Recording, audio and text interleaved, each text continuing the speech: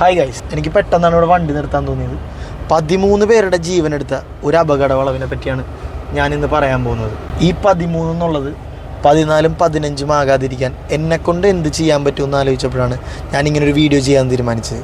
എനിക്ക് നിങ്ങൾ ഓരോരുത്തരോടും പറയാനുള്ളത് എന്താണെന്ന് വെച്ച് കഴിഞ്ഞാൽ, അപകടം സംഭവിച്ചതിന് ശേഷം പില്ലറിനെയോ വളവിനെയോ കുറ്റം പറയാതെ നമ്മൾ ഓടിക്കുന്ന വാഹനം സേഫായിട്ട് ഓടിക്കാമെന്നാണ് നമ്മൾ ചെയ്യേണ്ടത്. ഞാൻ ഉദ്ദേശിക്കുന്നത് സ്പീഡ് കുറയ്ക്കുക എന്നുള്ളതാണ്. കാരണം സ്പീഡ് കുറച്ച് കഴിഞ്ഞാൽ നിങ്ങൾക്ക് ഇതുപോലെ അപകടം ഒളിഞ്ഞിരിക്കുന്ന വളവുകളിൽ നിങ്ങളുടെ കൺട്രോൾ പോയാലും നിങ്ങൾക്ക് വണ്ടി ബ്രേക്ക് ചെയ്ത് നിർത്താൻ സാധിക്കും. നമ്മളിൽ പലരും വളരെ എക്സ്പീരിയൻസ്ഡ് ആയിട്ടുള്ള റൈഡേഴ്സും ഡ്രൈവേഴ്സും ആകാം, എന്നാലും നമ്മൾ ശ്രദ്ധിക്കണം. അതുപോലെ തന്നെ പുതിയതായിട്ട് ലൈസൻസ് എടുത്ത് നിരത്തിലിറങ്ങുന്ന കുട്ടികളോടാണ് എനിക്ക് മെയിനായിട്ട് പറയാനുള്ളത്.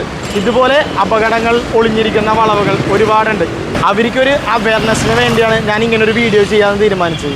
ഓരോ തവണയും നമ്മൾ വീട്ടിൽ നിന്ന് വാഹനമായി പുറത്തേക്ക് പോകുമ്പോൾ തിരിച്ചെത്തുന്നത് വരെ ടെൻഷൻ അടിച്ചിരിക്കുന്ന മാതാപിതാക്കളെ ഓർത്തെങ്കിലും നമ്മൾ സ്പീഡ് കുറയ്ക്കണം. ഇതൊരു ബോധവൽക്കരണ വീഡിയോ ആയിട്ട് എല്ലാവരും കാണുക. അതുകൂടാതെ ഇനിയും ഇതുപോലെയുള്ള അപകടങ്ങൾ ഉണ്ടാവാതിരിക്കാൻ നമ്മൾക്ക് ദൈവത്തോട് പ്രാർത്ഥിക്കാം എന്ന് പറഞ്ഞുകൊണ്ട് വൺ ലൈഫ് ലിവ് ഇറ്റ്. അപ്പോൾ ശരി guys, take care, be safe, by.